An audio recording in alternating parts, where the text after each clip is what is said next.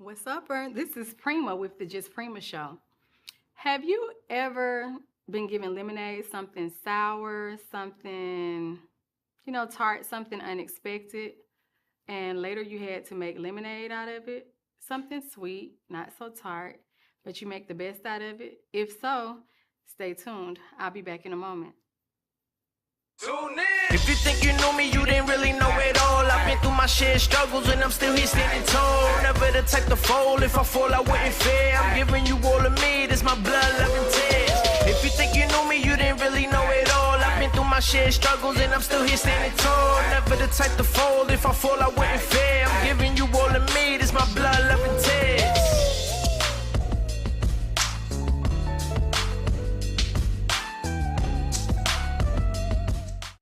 Okay, we're back. As I stated last week, I was married at a young age. I got married at the age of 17. I was pregnant with my second son. My grandparents, my aunts and uncles, and some of the people in church advised me to get married because that was the right thing to do since I had one child and I was pregnant with the second child. I was able to be kind of convicted. I had messed up with God, and like I said before, I felt bad because I felt like I disappointed God and I disappointed myself.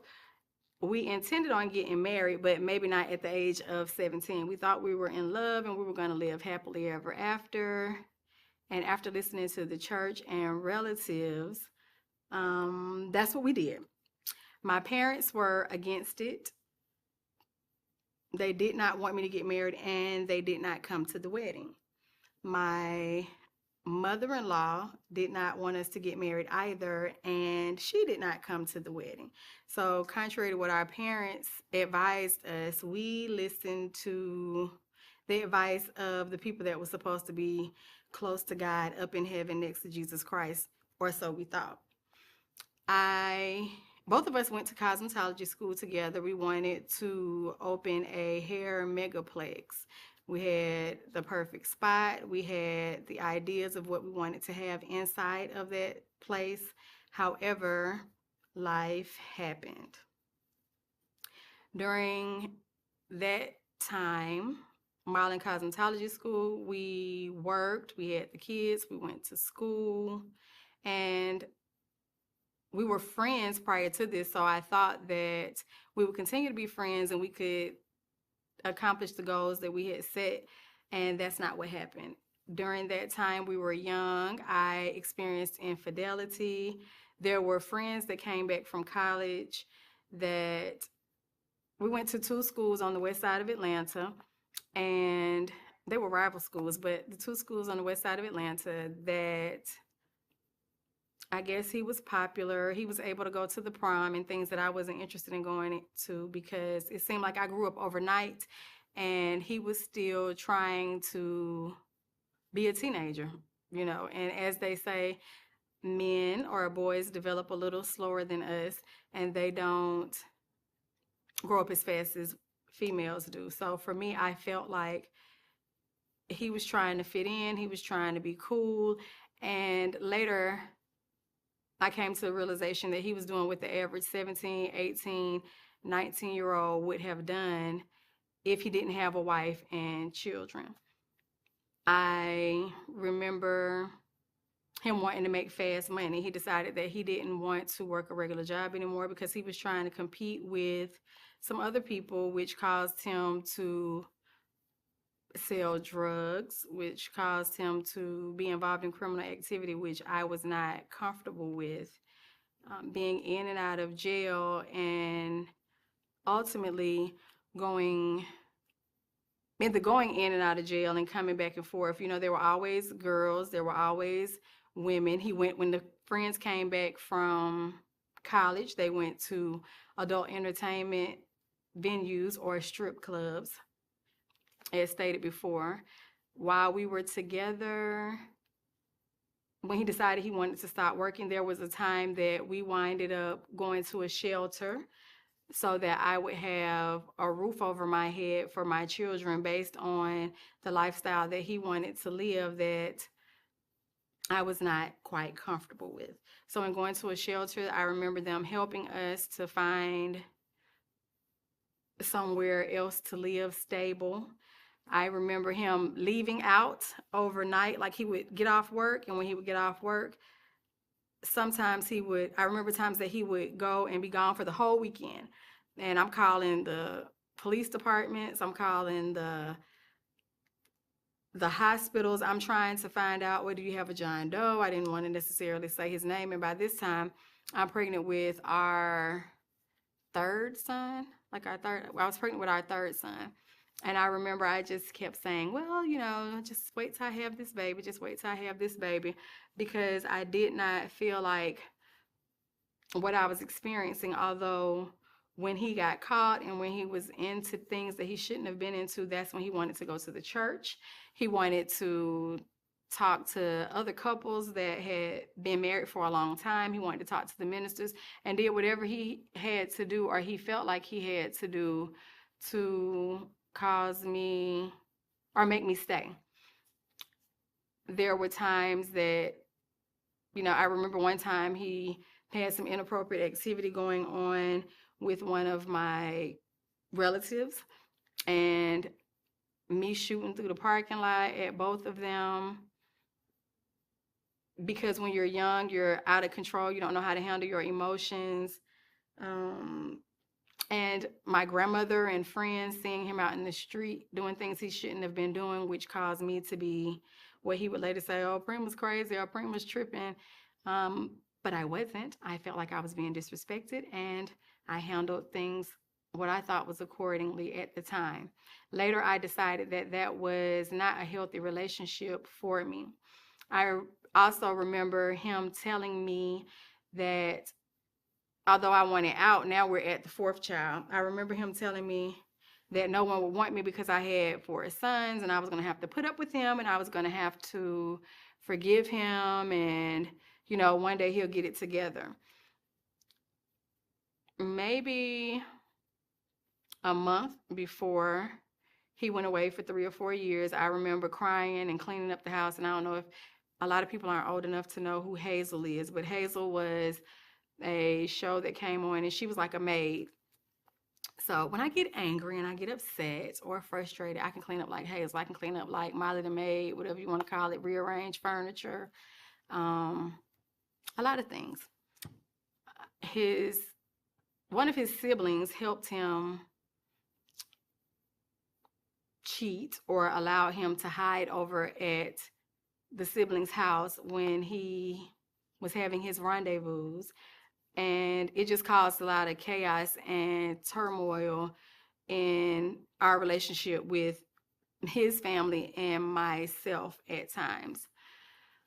He eventually got more reckless, and I was looking for a way out because he was taking me for granted. And I remember praying and asking God to help me make it without him. Help me to know that I can make it without him, even though I had the 4 sons. And I remember him saying if I left him, he wouldn't do anything to help me with the children. So I was going to have to put up with him and everything that was going on until he grew up. I had my neighbors who I went to their house when I lost my virginity, and I was, with them. Their mother worked for the housing authority in Atlanta. And I told her I was trying to get out of my marriage, or I needed some more security for myself and my children. And she told me that if I came down, filled out an application, she would help me get a 3-bedroom townhouse paying $60 a month if I wanted it. And although I was not accustomed to that environment and I wasn't raised in that environment, I had to do what I had to do because I had been told that, Prima, you made your bed, you laid in it, and you have to do what you got to do to take care of your kids and your responsibility.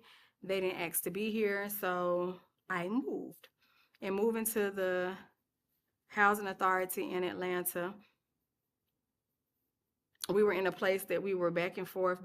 I would make him leave, and he begged to come back because he didn't want me to take my children from him because I didn't have my father, which, when you have childhood wounds, I guess, or father wounds, then that was something that he could play on and that he could use. And he didn't have, his father was present, but his father did a lot of things in the street that caused pain and turmoil in his home and with his mother. And at one point, he was determined that he was going to be different than his father. And I remember while I was pregnant telling him that he should forgive his dad. And as we were told in church, judge not lest you be judged by the same measure. What he did prove to be is worse than his dad, because his dad did provide. His dad wasn't always present, but his dad did provide and, you know, accommodated the lifestyle, whatever lifestyle that they had at the time. It was a blessing to go to the housing authority. I later found out, although it was not my plan, it was not my original plan, it wound up being a blessing, because maybe 5 or 6 months after that, we were at home.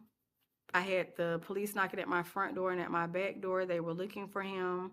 My children at this time were 4, 3, 1, in like 5 or 6 months.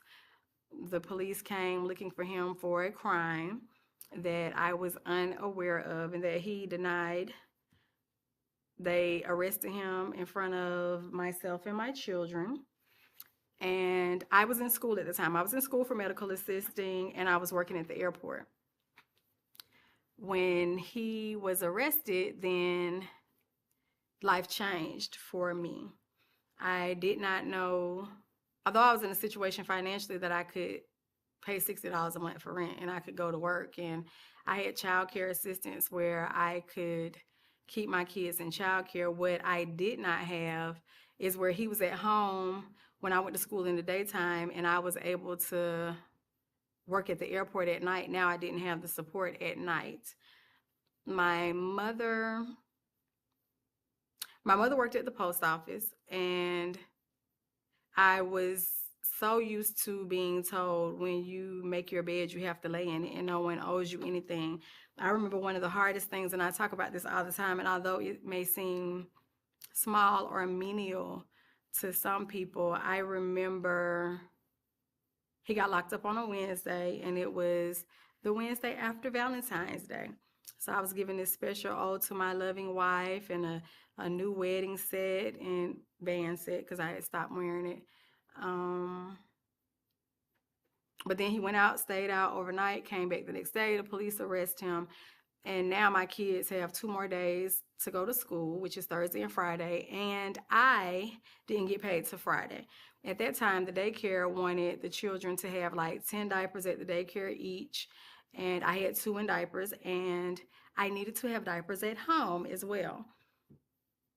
I looked at my car, and I had a big car with a big gas tank then. And I remember calling my mom, but I had to contemplate, like, my heart was beating so fast. I did not like asking anyone for anything because I hated to be told no, or the rejection that I had experienced in the past set in. So it's like, okay, I have these kids, I need diapers, their dad is locked up, I don't know what's going on. You know, the embarrassment of him being arrested in our neighborhood, in the house in front of the kids, and me trying to wrap my head around everything that was going on. So now how do I get diapers and have gas to get my kids to daycare and for me to get to work before I get paid on Friday? And I think I waited to about the midnight hour on Thursday because I could make it through Thursday. But Friday, I did not have enough diapers to send 20 diapers to the daycare and make sure I got to work. So I called my mom. She worked the night shift, so I was able to call, and I was like, hey, Ma, you know, I know you said that I need to be responsible and blah, blah, blah, blah, but I wanted to know if I can borrow $20 so that I can get the kids some diapers. And as soon as I get off work tomorrow, I will bring you your $20 back. That was the hardest thing for me to do at that time, because I had been taught nobody owes you nothing. It's your kids, your responsibility. My mom told us she raised us. She didn't want any more kids and the responsibility of kids or children. So I had to swallow my pride. In many situations being a teenage mom. Like I said, going to the shelter, going to public housing, asking for assistance, and going to my mom, who I had already disappointed, but my mom had tough love, and I was the oldest child. And as she stated, I was the strong one, and I could handle more than I thought I could handle. And needless to say, on that Friday, I was able to give her $20 back. Like, as soon as I got paid, I'm like, hey, Mom, on the way, let me give you your $20 back.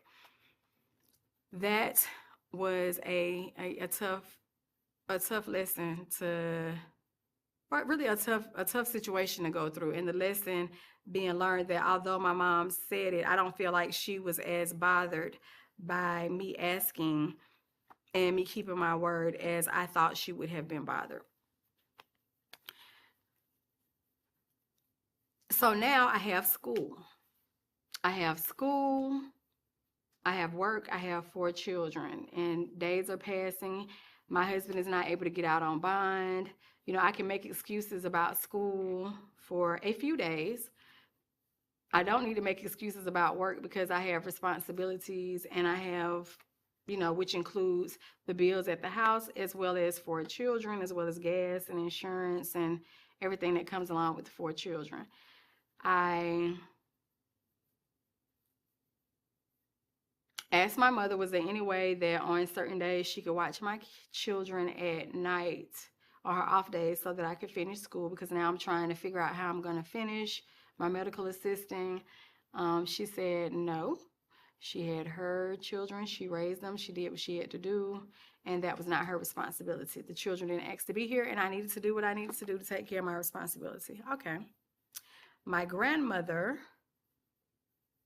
who decided she wanted to go back to school to finish her psychology degree, she said that she could watch my children on certain nights. However, it really wasn't during the time that I needed her to watch them. It was mostly on the weekends. And on the weekends, you know, she wanted to be paid and compensated for her services, and I didn't mind because, again, they were my children, and I didn't like asking anyone to do anything for me. My dad was ill. He had stopped working. He had problems going on with his knees and his back and arthritis and other things, so he wasn't an option. And he, at this point, had pretty much checked out from us or my siblings because Mom and my dad had gotten a divorce. So him paying what he felt like he needed to pay for my siblings, I guess, was enough. So he was not an option. I called my mother-in-law, who was not very happy with our marriage and our situation. And I asked her, would she be able to help with my children for 3 months so that I could finish school? I needed to finish maybe a month of class and 6 to 8 weeks of internship. And what she told me was that her daughter's children were more special than her son's children.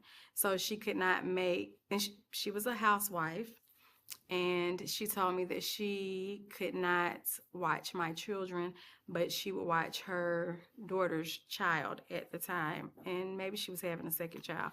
So for me, I was hurt. I was disappointed because I offered to pay her to watch my children 2 nights a week for me to finish school. Her son was incarcerated, and that wasn't her son's first rodeo. And I felt like if I was in that situation, or me being in that situation now, if I had the opportunity, if I could help my children moving forward, that I would.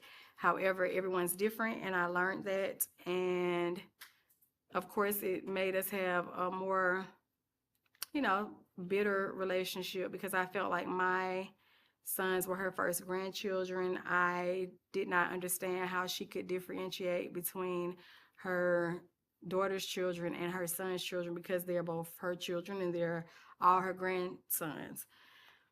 So at that time I was angry, talking to him. He told me to ask his mom, and he knew more about how his mom would respond and act than he let on.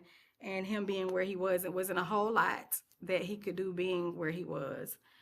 At that point, I changed my phone number. It was not a need for her to have my phone number and for us to be in contact. And what I told her is that my family had enough love for myself and my 4 sons. She was not aware of all my children's whole names and date of births at that time, which is different than who I am and how I show up and how I was raised. So we did not have, needless to say, we did not have the best relationship. I was 20 when he was incarcerated. I was 20 when I asked this question, and I was going into March, coming into March, and that is my 21st birthday. So my 21st birthday was not the most pleasant because I have 4 children. I'm trying to figure out life. Now I need to stop going to school and I need to just provide for my children, working at the airport and being a mom. What I realized maybe 6 months later is that I was evidently in some type of depressed state because I turned my bed into, I guess, like a laundry area where I would do our laundry, fold up all the clothes, and my bed turned into where I kept clothes and laundry folded up. I would, tend to my children, do what I need to do, take them to school, feed them, get them home, get them in bed, and then I would sit downstairs in the living room watching TV and just fall asleep every night watching TV for about 6 months. And I remember sitting on the edge of my bed and crying because I realized the place that I was in and what I had gotten into. And it was like the voice of God reminded me that, Prima, you prayed. You asked that I remove him from your life. You asked that you learn to make it without him, that you'll learn to love yourself and other people will love you in spite of your children. And life goes on. I remember sitting on the bed and my oldest son came, and as I was crying, he came and wiped my tears and he was like, Mom, don't cry, Mommy, don't cry, what's wrong? Which made me cry more. But that was the day that I decided, you know what, I'm going to pull up all the clothes, I'm going to live, and it is what it is. Because the reasons that I thought he was incarcerated for, I realized that he was living something completely different than what I thought, which, I mean, with all the infidelity and other things that happened prior to this, then I should have known, but I did not know because I was naive and I was kind of wholesome at that time and did not use profanity and all that stuff that I do now. So I was just in a different place in life, in a different space. That summer, now we're into summertime, I was invited to a party at Fort Benning in Columbus, Georgia, with some friends that we all went to cosmetology school together. They were single moms. Neither one of them were married. And they grew up different than myself. I grew up in church, and they said they did not grow up in church, but we had something in common because we all like to do hair, the hair shows, we had children, and now my husband is gone, so we're all single mothers, so to speak. We go for a party.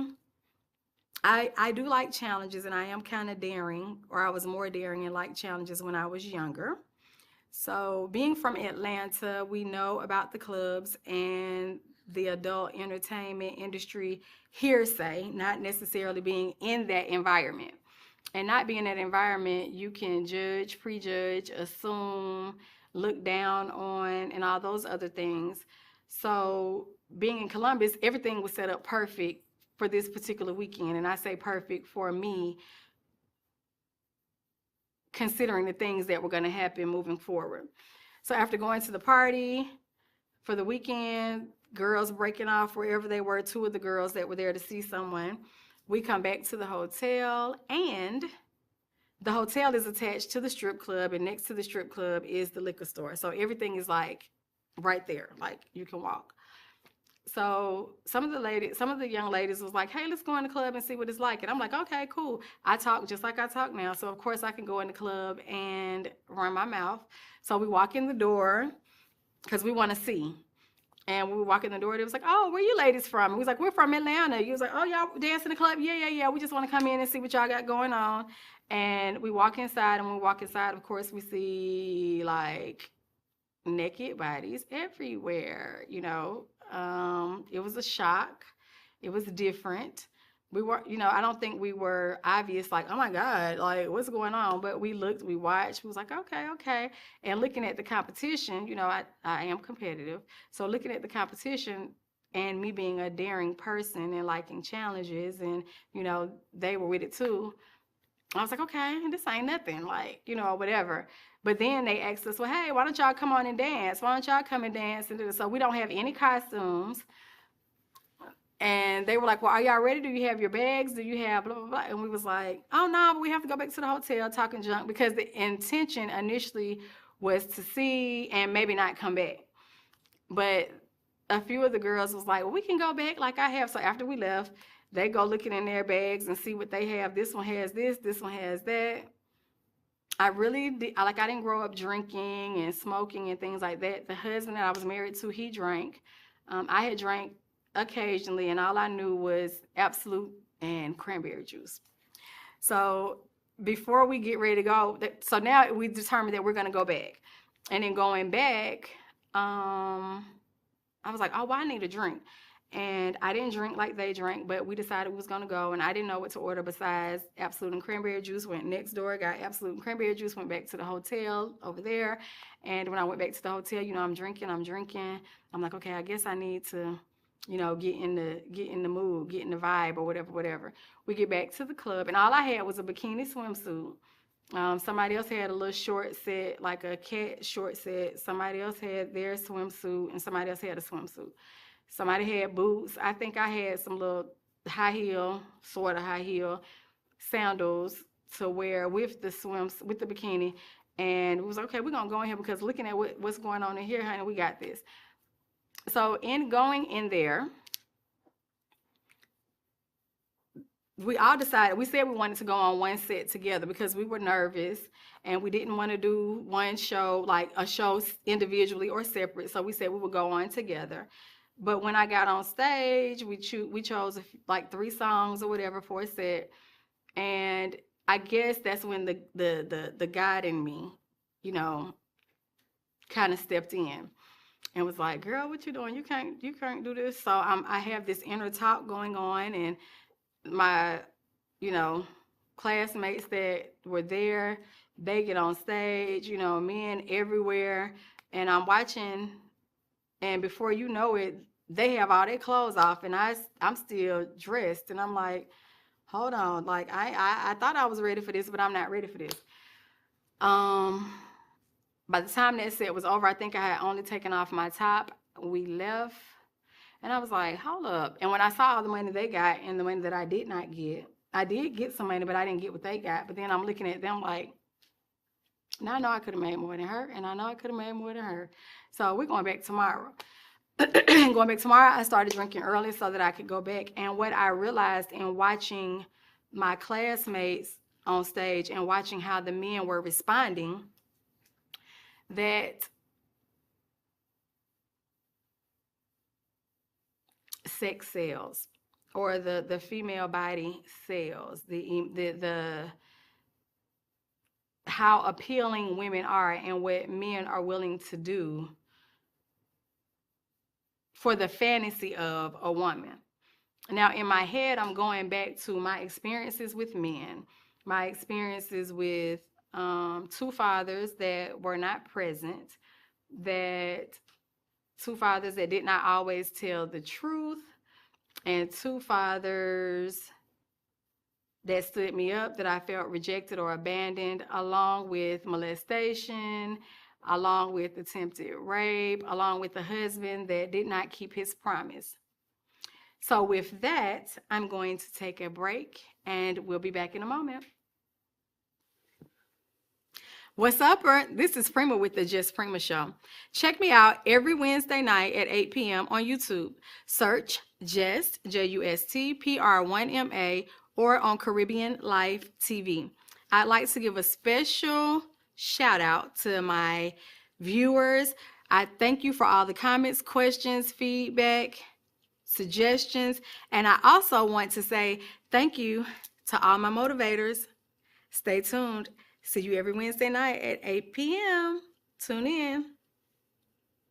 So after that first weekend of going to the club and realizing the control that women could have over men, it was kind of refreshing. It made me feel a little liberated because men had been in control of my life all my life. And I pretty much had to live with the decisions that they made for me, the things they did to me. And as a woman, I was expected to accept whatever they dished out. Why? Because I was a woman.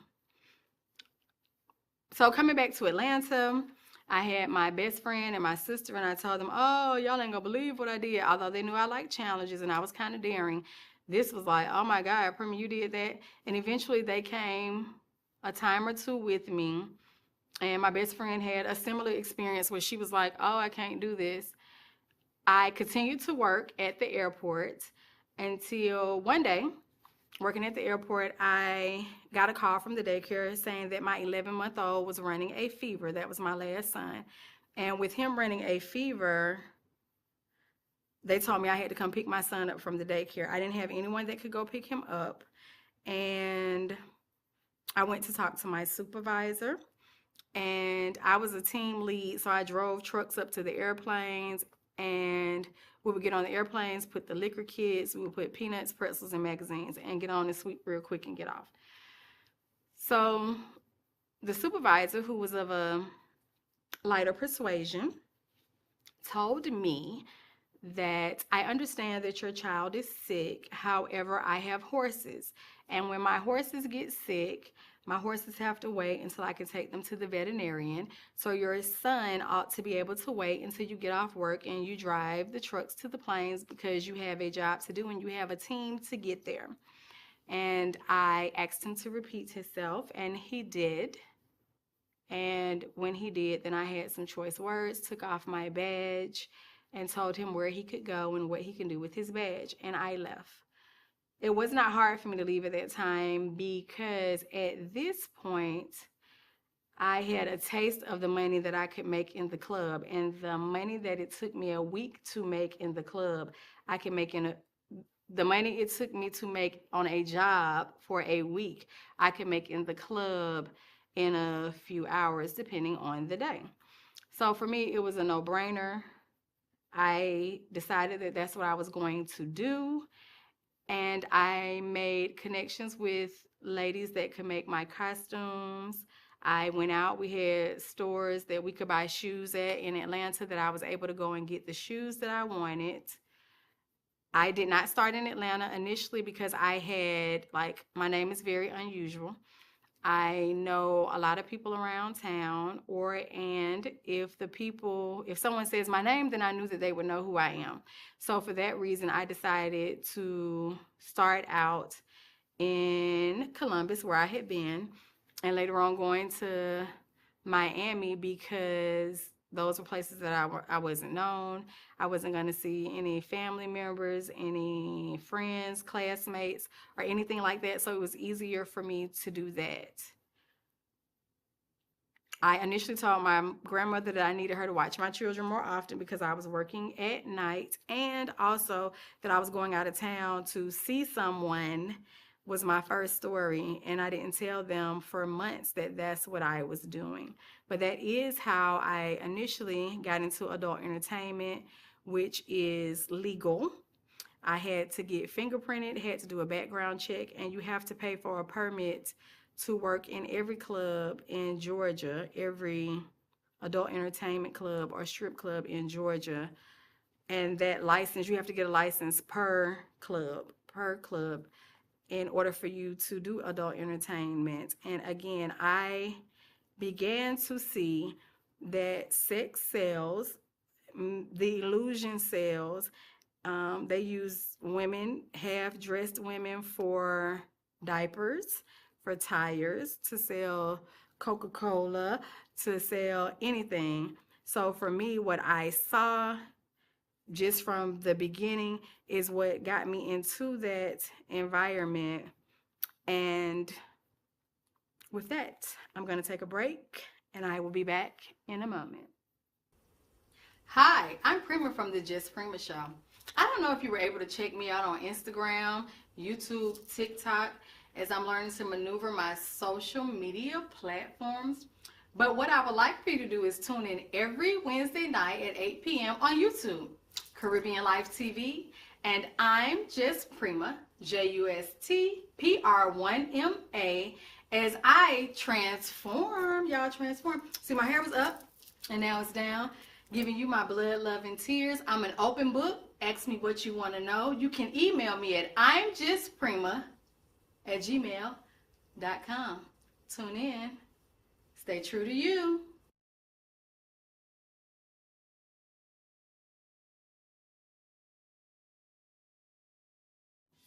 All right, I'm back. I wanted to kind of take you back to the place where now I am in the club on a regular basis. I had challenges at my regular job. I was told by my mom that I have a responsibility to take care of my children. No one owes me anything. So now I'm in survival mode. Being upset with life, with my husband who didn't keep his end of the bargain, I learned to do what I had to do. I learned to make lemonade, although sour and a little sweet. Make lemonade out of the lemons that I felt like I was given or I was served. I learned that alcohol, it helped me to be, or helped me to transform into someone else. It allowed me to be numb, so to speak. I learned that sex, women, beauty, all of this, it sells, it works. And I became more and more comfortable in the discomfort, kind of like at home. You're functionally dysfunctional at home. So you learn to be comfortable in the discomfort. Men are interested in sex, they're interested in beauty, they're interested in the fantasy of knowing that you're not going home with them, knowing that they have wives and children and jobs and professions. They came, they spent money, they were regulars. Doctors, lawyers, teachers, police officers, truck drivers, the Christian school workers, because I remember being in a club in Atlanta and my children went to Christian school at this point. I was able to pay for them to go to Christian school, and one of their teachers came in the club during lunch because my preference at this particular club was to work during lunch hours. And in working during lunch hours, I saw this teacher and I remember running to the dressing room and saying, oh my God, like, what is he doing here? And then my other mind kicked in and was like, well, he's supposed to be a Christian school teacher and he's over here on his lunch break, because at this particular club they sold steaks and salad, and besides drinks they had beautiful ladies such as myself. So it worked. I went back out, although I didn't see him. I remember that moment. I remember being in the club, and this particular club was on the side of town that I grew up on, and I was like, oh, you had to do amateur night, which meant you had to go try out, so to speak. And in going, I was like, oh, I don't want anybody to see me that knows me, which is why it took me so long to go to this particular club or to start dancing up in Atlanta. Eventually, my attitude was I was tired of traveling. I was able to pay my grandmother to babysit the children on the days that I was gone. However, I got a different mentality by this time. Like I felt empowered. I felt liberated. My anger and frustration with men had me to the point that I was like, hey, if they see me in the club, so what? My question is, why are you here? If you here, I'm here. So I'm here to get money. You here to spend money. So I had a different attitude. I remember being on stage in a club in the neighborhood that I grew up in and went to school, and I saw someone on stage. When I got to the end of the stage, I was the last person to go on, and I remember them calling my whole name, and I was like, oh my God, and getting off the stage, running off. And at that point, that reiterated what I felt like, okay, well, I'm here, but what are you doing here? Again, I'm here to make money, you're here to spend money. And at that point, it began to be more of a revenge thing for me, because I was adjusting to what men had done to me versus, it wasn't just making money, it was revenge, and it was making money in survival mode, because I was told that I had made my bed, I laid in it, no one owed me anything. I had 4 children, and in my head what kept playing is what, those were the recordings that kept playing in my head, along with my daughter's kids are more special than my son's kids. I had a husband who was in prison, who was like, no one's gonna want you because you have the 4 kids, so you have to tolerate me and accept all that I'm doing and all that comes with me, which is what kept me in the club, along with the ability to pay my bills and take care of my children the way that I would like to. I also remember the benefits of being in the club. The benefits, of course, was the money, different attention that I became numb to, because in my head, what mattered was, okay, I hear you, okay, I'm cute, I'm fine, I'm nice, you know, I'm listening to you. I'm listening to a lot of men talk about their wives, talk about their children, talk about their daughters, talk about their jobs. And because I grew up in church, there's a scripture that says God gives gifts without repentance. And because I was a person at this point that believed that counseling was important, believing that everyone had a story, that everyone came from somewhere, and that I did not want to judge the book by its cover, and also praying that God teach me to love and accept people as they were, I listened to the music, I listened to the stories. I had regular customers that would come to see me, and I didn't necessarily have to dance. I could sit just like I'm sitting now. They would buy drinks. I'm listening to the songs. They're listening to the songs. We're sitting in VIP. In VIP, you spend more money per song than you would if you were out on the floor dancing. So in having regular customers, along with spending money, again, cars, transportation, trips, and finances, along with hanging out with my friends, them breaking bread and treating everyone that was with me. That was the advantages. So again, me being in control, me getting attention, unwanted attention, because at the same time I had anger and frustration, disappointment, and revenge in my head. All you could do is pay me, all you could do is pay me. It was still on my terms. So it was not as uncomfortable as all the things that happened to me in the past from the men in my life, from, again, as stated before, my fathers, my relative that with the molestation, the person that tried to rape me, the husband that did not keep his end of the bargain. So now I was able to transform into, I guess, like a sex symbol, because that was all they were really interested in. And I had learned that men really didn't care about my heart.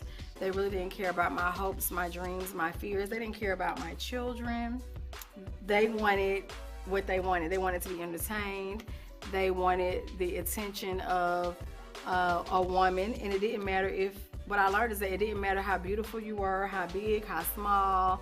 They just wanted the attention of a woman. So being in the club gave me the control and the power that I did not have prior to this time. Being in the club, I saw drugs being used.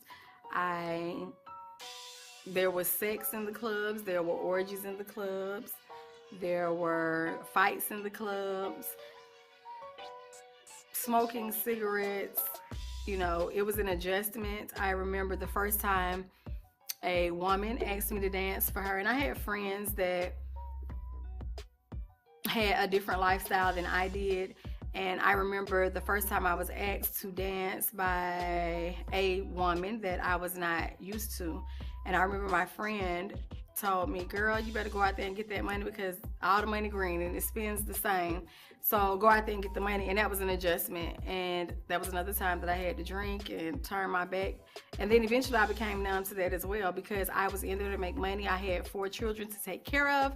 I had responsibilities, and being in the club was my job. I was approached outside of the club, and that was by men in particular that would call me by my stage name.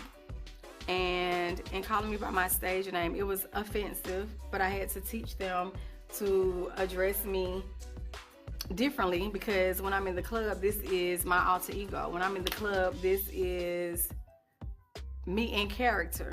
No different than if you're going to a play. We're selling a fantasy. And there are some men that took it further than what I feel like they should have, because you know what you're coming for. It is entertainment, adult entertainment. And as I stated before, it's legal. You have to get fingerprinted and a background check in order to do it. And although there are some that want to make it, I guess, raunchy by saying, or being degrading, or by it's stripping, but it is a strip tease. It is adult entertainment. I remember being in church at a popular church here in Atlanta, and one of the pastors at the church said that, you know, a lot of wives, unfortunately, because there are a lot of husbands in the club spending money, and or boyfriends, people that have someone at home. I remember pastor saying, well, if some of you wives or women would give your husband a strip tease or dance in the name of the Lord, maybe they wouldn't be going into the clubs. And what I learned is that there are a lot of men and women, but men in particular, that are not satisfied at home because women are just wives and, you know, the happy homemaker, and they're taught, we were taught to be subtle, we were taught to be discreet, we were taught to not be provocative or sexy, we were told to be moms, to be wives, to be the maid, and that's it, which made a lot of men come to the club. I remember men telling me that I was better than being in the club because, again, God gives gifts without repentance, and then giving that gift, the gift of counseling, the gift of compassion, I was able to counsel and give compassion. Although I'm listening to every song as it goes, because you're paid by the song, or either you're paid by being in that particular area. So being in the club, again, was my way of revenge. I was in school for psychology, and then being in school to complete that, the money began to be so good that school was not my focus. I was able to take my children on trips. I was able to provide a lifestyle for my children and my family that I was not able to prior to that. So being in the club and the money that came with the club in my early 20s, 22, 23, 24, 25, we had Freaknik in Atlanta. So during that time I was in the clubs. We had the Olympics here in Atlanta, and I was able to make money then. So the money was, I guess, kind of addictive. The money afforded me a lifestyle that I hadn't had before, and it allowed me to make it on my terms at the expense of men who had done so many things to me in the past at my expense and not their expense. And again, I had to live with that. So there were people in my family and friends that I grew up with who judged and said different things about me, not knowing my story. When it came to my children, there were times that I told my children, there came a time that I told my children myself, because there were different family members that threatened, I guess, to tell my children. Some of them had been in the club prior to, and maybe they were upset, I felt like, because they couldn't be in the club anymore, or they couldn't do it anymore, or they were more ashamed of what they had done. What I said is that I would not have anyone to blackmail me and tell my children something about me that I could not tell them myself, which is why I let my children know the extent of what I was doing and what I was doing and why I was doing it, as well as the person that I was married to. And with that note, I'm going to take a break, and I'll be back in a moment. It's Prima from the Just Prima Show. Please tune in to my channel every Wednesday night at 8 p.m. on YouTube, JUST Pr1ma at 8 p.m. See you then. There were a lot of songs that I liked during that time. H-Town had good songs, Tupac had good songs, Case had good songs.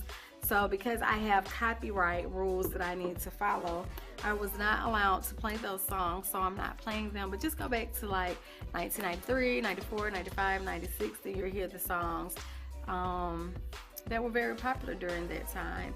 I was asked if my name could be put up on the billboards for Freaknik during the Olympic time, which was 1996, and I was okay with that. I was in school for psychology, and due to the money that I was making, I got off focus from school and decided to make money. It was more beneficial. When I traveled in and out of town, I went to Miami, I was in Columbus, I was in Macon, I was in Carolina and Mississippi, as well as Georgia. I remember I did make some good friends, male friends. I made some good male friends that I only wanted to be friends. And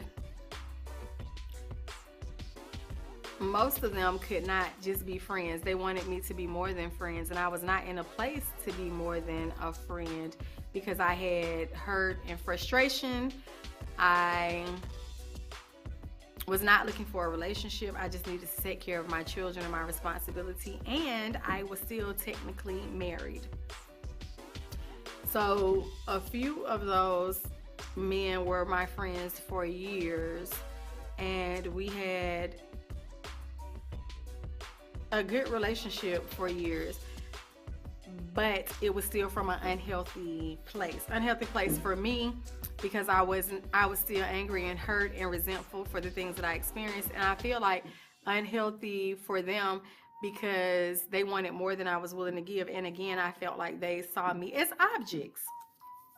As an object.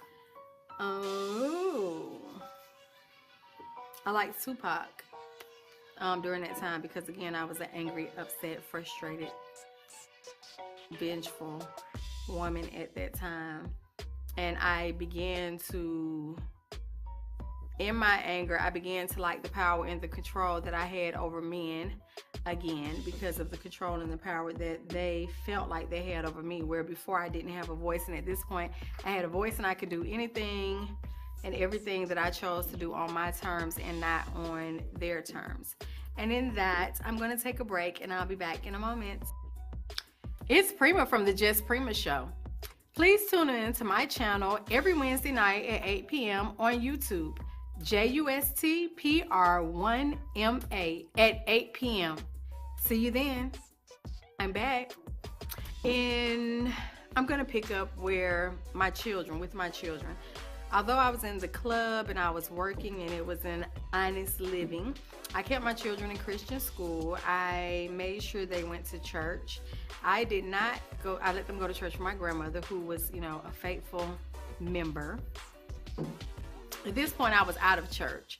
And I was not going to church on Sunday to be a hypocrite because I know I left the church last night and I'll be back in the club on Tuesday or Wednesday. So it was no point in me going to the church pretending that I was saved, sanctified, and filled with the Holy Ghost on those days at that period of time.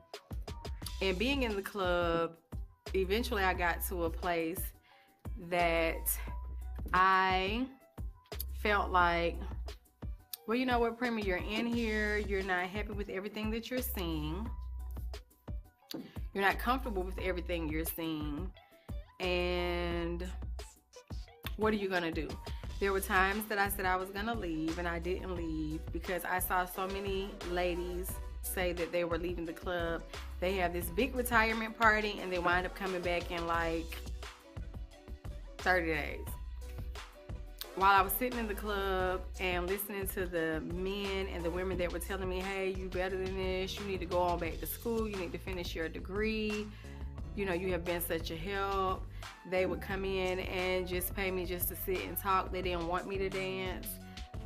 I began to ponder, and I feel like the seeds that were sown in me and the relationship that I had with my Creator, I guess at some point I had come to a crossroad and had to make a decision. I remember sitting in the dressing room and I saw some young ladies snorting cocaine and hugging and kissing each other, and in my spirit and in my head, it was like, hey, Prima, this ain't what you want, and this ain't what you're supposed to be doing, and you're better than this. And the gifts and talents that you have, you're wasting in here. And it doesn't matter how vengeful I was. It doesn't matter how angry I was.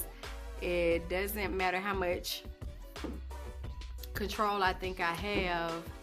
You are also buying into or using your body as an object. You're using your body as a form of affection, a form of attention. You're using your body in a degrading way, although it is legal, because you are more than the outside. And what I ultimately desired was to be loved and accepted for what was on the inside. My entire life, I have been beautiful, I have been pretty, I have been cute, I have a beautiful shape, I have a rump, I have a beautiful smile, I have all of those things, and I've heard that for as long as I can remember.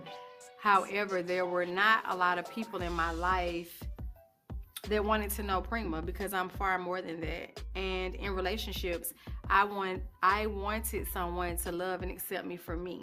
I wanted someone to be concerned about my heart, to be concerned about, again, my dreams, my fears, the things I hope. I wanted someone to love me for what I was on the inside. I would go out intentionally with, I don't really wear makeup, so this is putting on makeup. I don't really wear makeup.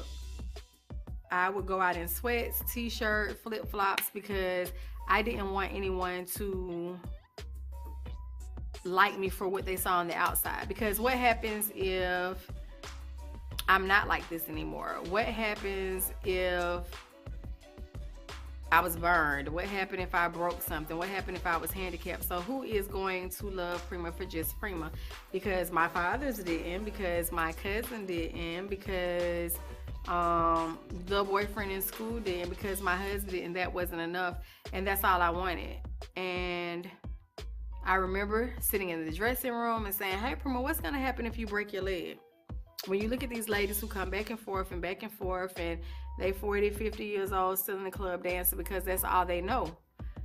And their gift is their gift, and your gift is your gift. So is that all that you have? Is that all that you're capable of offering the world? Is this what you want your legacy to be?